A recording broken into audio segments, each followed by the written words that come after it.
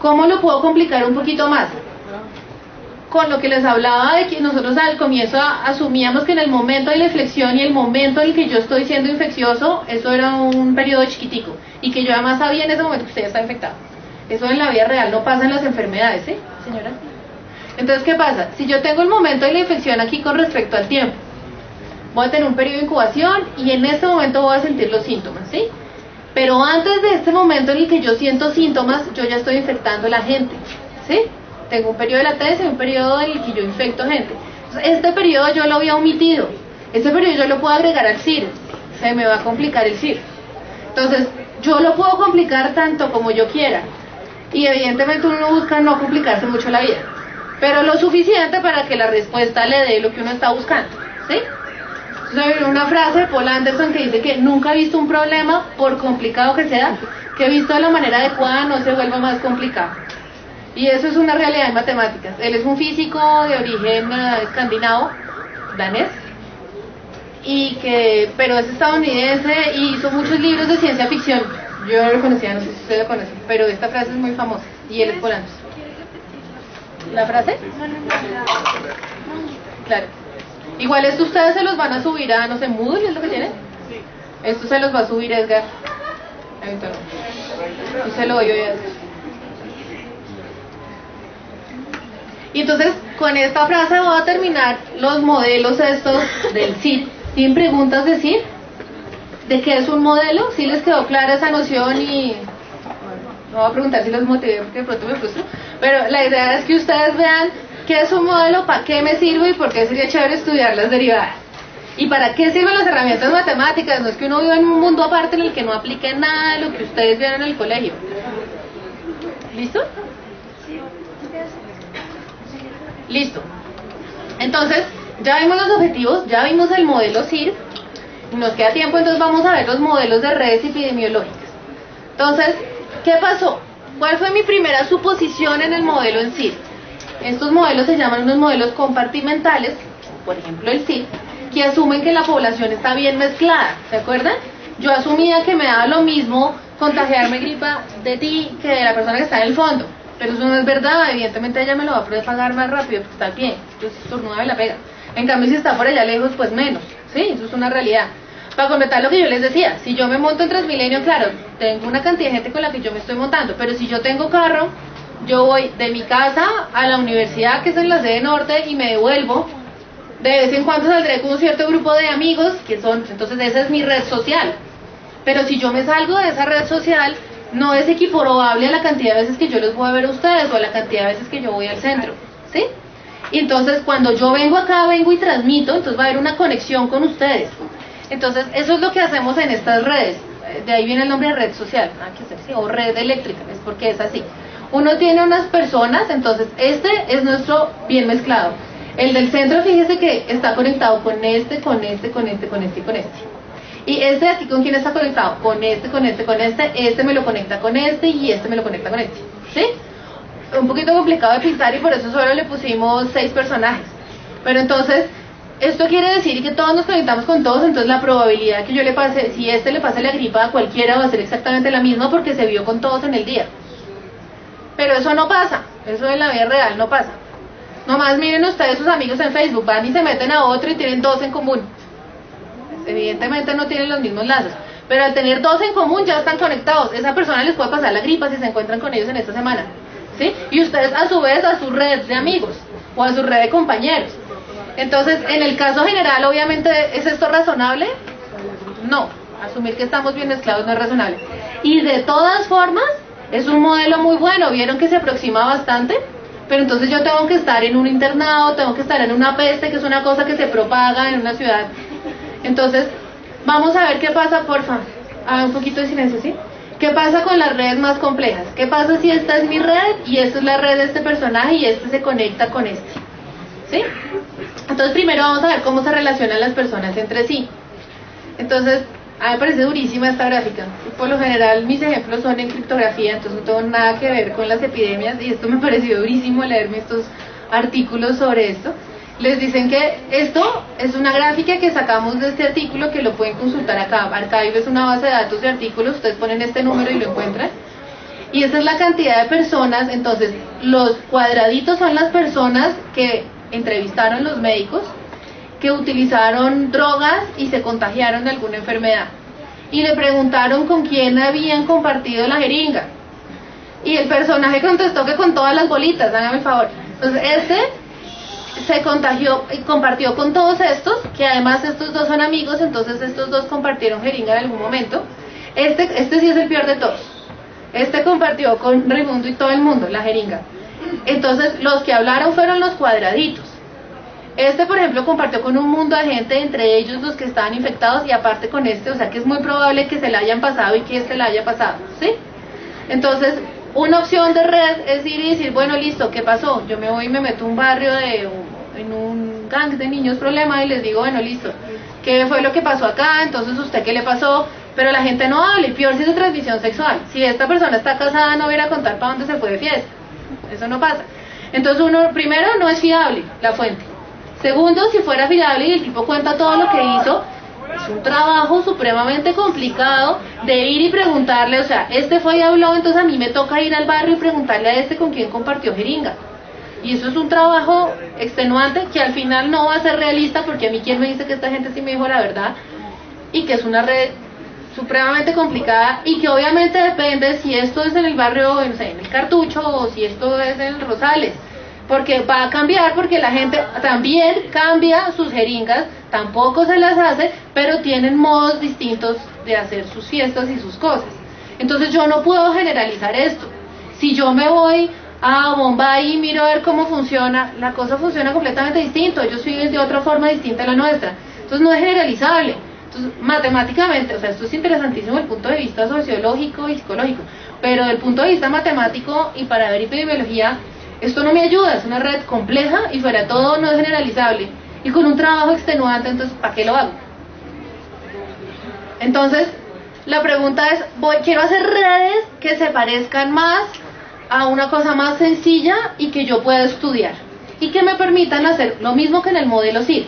Yo voy a simplificar esta red para que eso se me vuelva un problema que yo pueda estudiar. Y eso es lo que estudia una área de las matemáticas, se llama la teoría de grafos. Y es un área, a mí me parece súper bonita, que empezó más o menos en 1700 en Königsberg. Esta ciudad es una ciudad súper interesante para todos. Es una ciudad que en ese momento era del Reino de Prusia y que ahorita queda arribita de Lituania. Entonces, en un momento fue alemana, eso queda al pie de Polonia y ustedes saben la historia de Polonia. Entonces, eso fue polaco, fue alemán, fue ruso, fue pruso, de Prusia, mejor dicho, de todos se la pelearon, tiene salida al mar.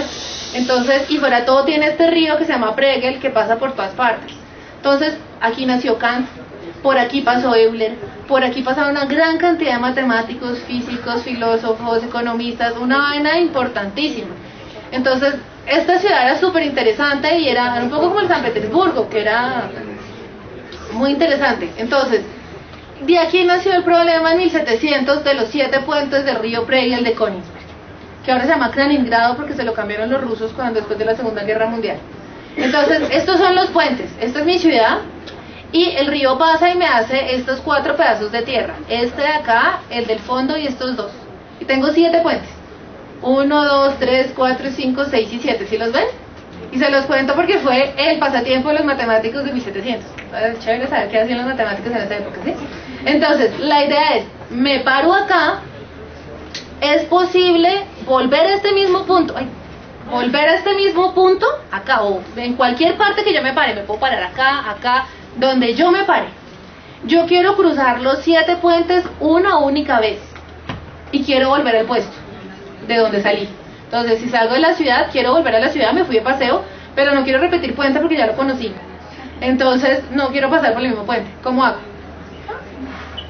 Entonces, listo, arranquemos, pasamos, llegamos acá, y cuando me toca devolverme me fregué porque ya no me puedo volver por este porque ya lo crucé y este también. Entonces, muy mala idea. Me voy por aquí, cruzo acá, voy y me devuelvo, y llegué acá y nunca pasé por este puente. Entonces, una opción es uno coge una tabla y se va a fuerza bruta. Fuerza bruta llamamos en matemáticas, no es que uno sea bruto, sino que nada, me remango las manos y hago todas las opciones. Salgo del puente 1, miro a ver qué pasa, tengo 2 opciones, puente 2 o 3, y empiezo a mirar todas las opciones. Pero eso matemáticamente no es elegante. Entonces la pregunta era, ¿qué hacemos?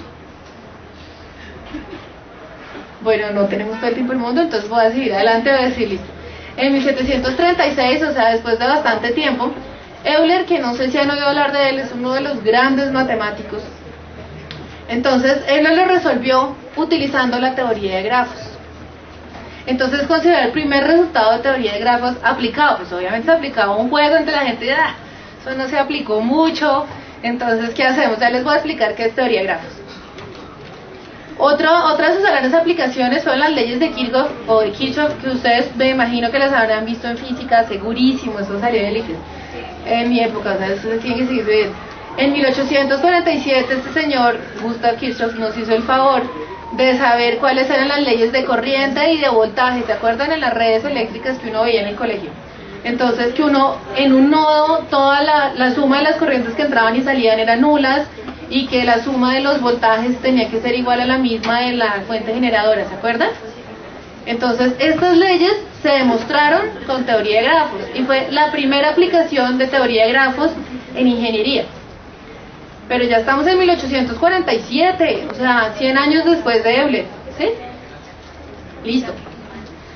Otro problema súper interesante que mantuvo por 120 años a los matemáticos pensando, y de los grandes matemáticos, porque entre finales de 1800 y comienzos de 1900 hubo muchísimos matemáticos, bien interesantes. Entonces, Francis Guthrie, ¿el qué hizo? Él dijo, él era un cartógrafo y era un estudiante que nació en Königsberg, justamente.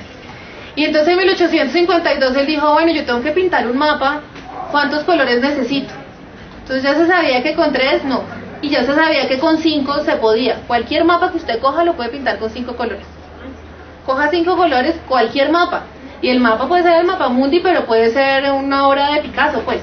¿Cuál es la regla? Que si hay una línea, por ejemplo, entre estas dos, tengo que haber un cambio de color.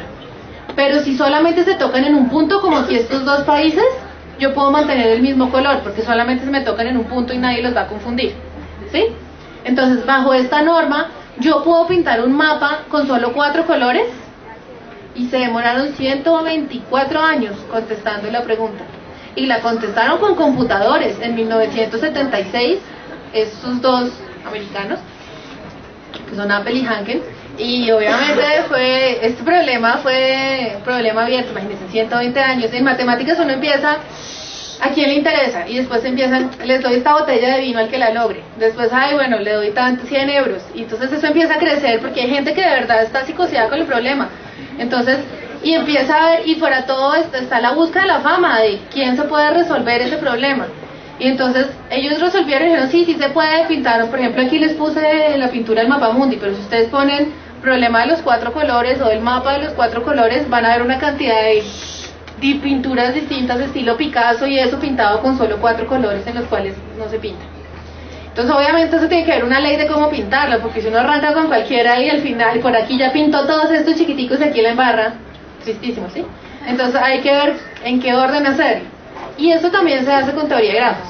Entonces son 3 problemitas ahí un poquito como para mostrarles que evidentemente no solo se usa en epidemiología. Y ahora sí les voy a definir qué es un grafo. Entonces, un grafo es un conjunto de objetos llamados vértices o nodos, los vamos a llamar nodos, que son estas bolitas, ¿sí? Entonces yo tengo un conjunto de bolitas que en mi dibujito de antes eran las personas que se han infectado con la jeringa, ¿se acuerdan? Y que están unidos por unas barritas que se llaman aristas o arcos. Entonces yo tengo mis nodos y tengo aristas que los unen, que permiten representar relaciones binarias entre elementos de un conjunto. Mis elementos de mi conjunto son mis personas que usaron la jeringa, y esto me va a decir quién usó. Estas barritas, esto se puede complicar en teoría de grafos, uno le puede poner una dirección, como lo hizo Kirchhoff aquí, él le puso flechas, ¿se acuerdan? Esta es la corriente que entra y las 2 corrientes que salen. Entonces, uno le puede poner flechas o no. En epidemiología no nos interesa porque desde que hubo contacto los dos se pudieron haber infectado. Entonces, pues uno puede haber infectado al otro, entonces es irrelevante si uno vino o el otro fue. Entonces no me voy a meter en hablar qué pasa si uno le pone dirección a los grafos. Entonces, ¿sí está claro? Es simplemente representar una red así, que es lo que pasa con los dibujos de las redes sociales cuando ustedes ven dibujos de internet y todo eso, cuando hay problemas, eso es lo que uno ve prácticamente. Entonces, les voy a hacer unas 3 definiciones, esto es un poquito matemático, pero pues no es tan grave como las derivadas, ¿sí? Entonces, un grafo conectado, ¿qué es? Es un grafo donde todos se conectan con todos. Entonces, si yo soy esta bolita roja y me quiero conectar con este, pues puedo ir a través de estas dos personas y lo conozco. Yo no sé si han oído eso de que uno puede conocer a cualquier persona solamente con 6 o 7 personas, cada vez le van bajando más. En mi época eran 7, ahora es como 6. Si uno mira en Facebook, yo estoy más cerquita de Bill Gates que de Brad Pitt, es un poquito triste, ¿sí? Entonces uno tiene, según su red donde ustedes se pueden ir acercando a la gente. Entonces, todos somos un grafo conectado, eso es una realidad. Entonces, según esta idea, sí, seríamos, a través de 7 personas habríamos conocido a todos. Pero eso no es tan cierto si nosotros le ponemos la primera barrera que le pusimos, que es la barrera geográfica. Pues claro, si entre más globalizado esté el mundo, peor es. ¿Se acuerdan todo el problema que hubo con la gripe aviaria y con la gripe porcina en México y todo eso? Porque entonces, claro, llegaban aviones y los aeropuertos era lo peor que le podía pasar a uno en ese momento. Porque llegaba gente de todas partes, entonces se volvía un nodo de conexión impresionante. Pero en realidad o sea, para pasar, este puede ser un país, este puede ser otro, y para pasar de un lado al otro puede haber aquí una conexión. Entonces llamamos un componente conectado a la parte en que todos se conectan con todos. O sea, aquí estamos todos conectados, todos nos estamos conociendo. O sea, tú eres amiga de todos tus compañeros de Facebook, es la misma historia, pero entonces puede que no haya nadie en común, puede que hayan 2 personas en común, etc. ¿Sí quedó claro qué es la idea del componente conectado? Entonces, esto va a ser un tipo de modelo en redes. La pregunta es ¿qué tan fiable es? Porque es el mismo cuento del internado. Todos nos conocemos con todos con la misma probabilidad. Eso no es tan cierto. Hay una cosa que se llama el componente gigante, que es más cierto en una ciudad. Entonces, la idea es que la gran mayoría del componente se ha conectado. Estos se conectan todos con todos. Aquí, por ejemplo, está la comunidad rosarista. Todos se ven con todos. Pero por aquí hay un abuelito que no, él está pensionado, no se puede mover mucho, baja y compra las cosas abajo del edificio o pide domicilio, entonces él está aislado. O puede conectarse aquí con el enfermero que se conecta con la gente, ¿sí? Entonces, en la vida real, tristísimamente, hay muchos puntos aislados o nodos aislados, pero la gran mayoría estamos todos conectados. Eso podría ser una visión de la sociedad. Entonces, eso le llamamos componente gigante. Un individuo crítico es el enfermero que les decía. Entonces, si esto es un componente conectado todo, y este es otro componente conectado, y esto es lo único que me relaciona mis dos grupos, mis dos grafos, pues esta barra de aquí es absolutamente crítica, porque donde se me rompa, ya no hay conexión. Entonces, si yo le estoy prestando, este es mi servicio de red eléctrica, fatal. Porque entonces donde lleguen y me pongan aquí algún grupo terrorista, una bomba, me dejaron sin luz acá, si aquí está el generador. O si esto es el gas, que es lo que pasa ahí por Rusia, que pasaba por Croacia, que está muy de moda, no sé si vieron todo el gasoducto, eso es un grafo. Donde lleguen a tapar las llaves, pues dejan a toda Croacia a toda Ucrania sin gas, ¿sí? Entonces, les estoy dando 1000 ejemplos de todo lo que se usan los grafos y por qué entonces es importante. En epidemiología sería ideal tener un punto crítico. ¿Por qué? Pues lo quito. Si esta gente se me enfermó a enfermar, yo quito mi punto crítico y se me acabó el problema. Pero es que en la realidad hay muy poquitos puntos críticos, ¿sí? ¿Les queda más o menos claro de qué son estos grafos? Listo. Entonces nosotros tenemos un problema terrible, que es mostrar la conexión epidemiológicamente relevante. En muchos casos es muy difícil. Entonces, nomás en el caso de las jeringas, ya les mostré el problema. De pronto no es verdad, de pronto no es lo más viable, y fuera todo no es generalizable. Entonces, ¿qué hacemos? Entonces la idea es coger un modelo teórico, que lo vamos a llamar en redes, porque todos estos grafos son redes, y que sean relativamente simples para que yo lo pueda estudiar, porque si me complico mucho, esas ecuaciones van a ser un caos. O si no, capturar algunas de las propiedades de las redes reales y metérselas. Entonces lo que vamos a ver ahora, en lo que nos queda, son tipos de redes que son relativamente sencillos, pero que capturan algo de la esencia de la vida de la ciudad, porque si no, no tiene ningún sentido, porque ¿para qué la estudiamos acá? ¿Sí? Entonces, el primer caso son las redes aleatorias. Entonces, cada par de nodos está conectado con una cierta probabilidad P. Entonces, esta persona con cierta probabilidad se va a unir con esta, y con esta y esta probabilidad se va a unir con esta, y es la misma probabilidad P. La presencia de un gran componente conectado es el componente gigante. Entonces yo tengo un componente gigante que era como el dibujito que les puse antes. Tengo algunos aislados. No hay individuos críticos, o sea, no es que si yo quito uno de los lazos ya me ahorré la repartición de la epidemia, que eso es poco viable. O sea, realmente si alguien se muere, el SIDA no se acaba, ¿sí? O sea, eso va a seguir porque ya es una epidemia y ya mucha gente tiene, ya es un poquito triste, pero es un poquito irrelevante que esa persona esté o no infectada. El problema es que la mayoría acá está infectada para la epidemia. Entonces, y la distancia es corta entre individuos, entonces yo estoy asumiendo otra vez que no nos estamos viendo hasta Chipre, estamos otra vez en una región geográfica cerrada. Entonces, ¿qué pasa aquí? Fíjense que si la probabilidad fuera 1, yo estaría en el caso CIR, porque estoy diciendo que con la misma probabilidad todos nos contagiamos, y seguro yo me estoy viendo con todo el mundo.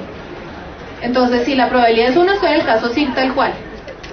Entonces, aquí lo que graficamos con Carlos fue que en negro va el CIR, esto es la misma curva, ahora miramos solamente I, que era la que habíamos visto antes. Si el rojo estamos, ¿qué pasa si la probabilidad es 1? Entonces deberíamos encontrar el mismo modelo CIR y prácticamente lo encontramos. Estos son errorcitos de cálculos que pasan, ¿sí?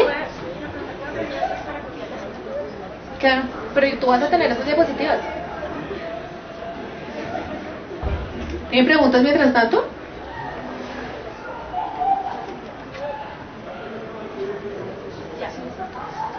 Listo. Entonces, si estas son las rojas, entonces la roja es prácticamente el modelo CIR. ¿Y qué pasa si la probabilidad va disminuyendo? ¿Qué quiere decir que la probabilidad disminuya? Que es menos probable que las personas se tengan un contacto con las otras. Entonces, ya no somos un grupo, yo que sé, de jóvenes activos que van todos los días a la universidad, sino es un profesor pensionado. Y entonces tú miras la población de profesores pensionados que ven 1 hora por cátedra a la semana. Entonces la probabilidad que haya un contagio es más bajita con todo el mundo. Entonces fíjense que la cantidad de infectados va bajando, ¿sí? Entonces estos tipos de modelos van a ser de pronto más cercanos a un cierto grupo de gente, dependiendo del grupo de gente que yo estoy modelando. ¿Está claro cómo son las redes aleatorias? Listo. Hay otro tipo de redes que son la red regular. Entonces en esta red yo tengo una conexión altamente localizada. Entonces, supongamos soy poco sociable y solamente tengo mis 4 amiguitos y me la paso con esos 4 amigos y punto. Y todo el mundo es igual de asociable en mi red. Para completar, por favor, cada individuo tiene una vecindad del mismo tamaño. Entonces es lo que digo, que todos somos igual de asociables, excepto el borde, porque si no eso nunca se me va a acabar. Entonces tengo que limitar los del borde. Y no, las distancias entre los individuos son larguísimas. Fíjense que si yo voy a saludar a este me toca pasar por uno. Y si quiero saludar a este, Pitágoras nos había dicho que la diagonal era lo más corto y ya no puedo. Me toca irme por acá y subirme o hacer esto, ¿sí ven? Entonces esto es como si yo viviera en un desierto y la gente vive, cada casa está equidistante a los demás. Y entonces si yo quiero ir a saludar al vecino de acá, me toca irme a través de todas estas calles y todas estas casas para llegar acá. Entonces esto es una red, obviamente ¿qué va a pasar con la infección? Se va a repartir mucho menos porque están mucho más aislados. ¿Sí lo ven? Y hay una idea de un mundo pequeño, se llama, que es cuando tengo mi red regular, pero además de todo yo le puedo poner lazos. O sea, esta es mi abuelita y yo de verdad la quiero ver todos los días, entonces yo construyo la carretera, ¿sí? Entonces ahí como obviamente la veo más, voy a tener una probabilidad de contagiarla más alta, porque pues voy seguido. ¿Sí está claro qué son estas rayas? Entonces puedo tener varias de estas. Si P es pequeño, o sea, si la probabilidad que B vaya hacia A es muy pequeña, esto va a ser prácticamente una red regular porque yo construí una carretera pero no la uso, ¿sí? Y si P es grande, pues entonces se va a ir aproximando a redes aleatorias. Entre más lazos yo haga así extras, estilo AB, y la probabilidad de que los use sea más alta, pues me estoy volviendo un pueblito, me estoy volviendo una ciudad, que es lo que pasa con las redes aleatorias. Entonces eso es lo que nosotros deberíamos ver aquí en las gráficas. Entonces este es el modelo CIR. Fíjense que en la red regular no hay ni siquiera, hay simplemente un brote. Si hay algunos infectados, eso es muy difícil que se contagien. Esto está bajando acá. ¿Qué pasa si yo estoy en el mundo pequeño con una probabilidad bajita? Entonces con una probabilidad bajita estoy por acá, y con una probabilidad un poco más alta, entonces aumenta la probabilidad de contagio, pero son bastante parecidas. Fíjense que las curvas, mira porfa, están en tercera fila charlando, ya casi va a acabar. Entonces, ¿cómo queda? Sigue siendo el mismo modelo de acá, pero obviamente la cantidad de gente contagiada es más bajito porque hay menos conexión entre la gente. ¿Estamos de acuerdo? ¿Eso está claro? Listo. Y lo último, entonces, es un mundo sin escala, lo llamamos. Entonces, lo va a leer. Se genera añadiendo nodos, cada uno de los cuales se conecta a los existentes con probabilidad proporcional al número de conexiones que estos tengan. ¿Esto qué quiere decir? Que si yo soy extremadamente sociable, es más probable que yo conozca gente. Si tengo 1532 amigos en Facebook, es muy probable que ellos me presenten más gente. Y pues más si son reales, ¿sí? Voy a Facebook porque es una red social, ¿sí? Entonces, si yo voy y soy amiga de todos ustedes, es muy probable que el viernes ustedes me presenten gente y yo conozca más gente y así sucesivamente. Si yo soy una persona social, que no salgo mucho, que no tengo muchos amigos, es muy probable que no siga conociendo amigos. Un poquito triste, pero es la realidad. Entonces, la gente que es muy sociable va a tener mayor probabilidad, o la gente que está en contacto con mucha gente, que trabaja en un hospital, que trabaja en una universidad como yo, estoy todo el tiempo en contacto con mucha gente, estoy más disponible a ser afectada porque me la paso en contacto, o el chofer de un bus, no tiene que ser social, está todo el tiempo transportando gente y es muy probable que vaya a tener cada vez que pasa el día más conexiones y más conexiones. Entonces, este modelo es muy parecido a la realidad. Entre usted más gente conozca, más gente va a conocer y más probable es que se le pase la infección. Y entre más aislado esté, pues mejor. En cuanto a la epidemia. Entonces, la distribución es muy heterogénea de la conectividad porque hay muchos nodos con pocos lazos y pocos nodos con muchos lazos. Entonces, es absolutamente opuesta a la regular, que todos tenían el mismo número de vecinos. Hay unos nodos que tienen un montón de amigos y hay gente que está supremamente aislada como este de acá. Entonces, ¿qué pasa en mi modelo? Aquí está el CIR y este es el modelo de escala. Entonces, de todas formas hay epidemia y se comportan todos muy parecidos. ¿Sí? Listo. Entonces, ahora todo lo que les quería contar. Aquí este es un curso bastante bueno de Guillermo Ambrosón, donde nos basamos gran parte de la charla. Y estos son los artículos de donde sacamos lo de la peste y todos estos. Entonces, por si lo quieren leer, esto igual se los va a montar Edgar, ¿sí? ¿Tienen alguna pregunta? Listo, espero que les haya gustado y nos vemos entonces en 4 semanas para la otra serie de modelos. ¿Vale? Gracias.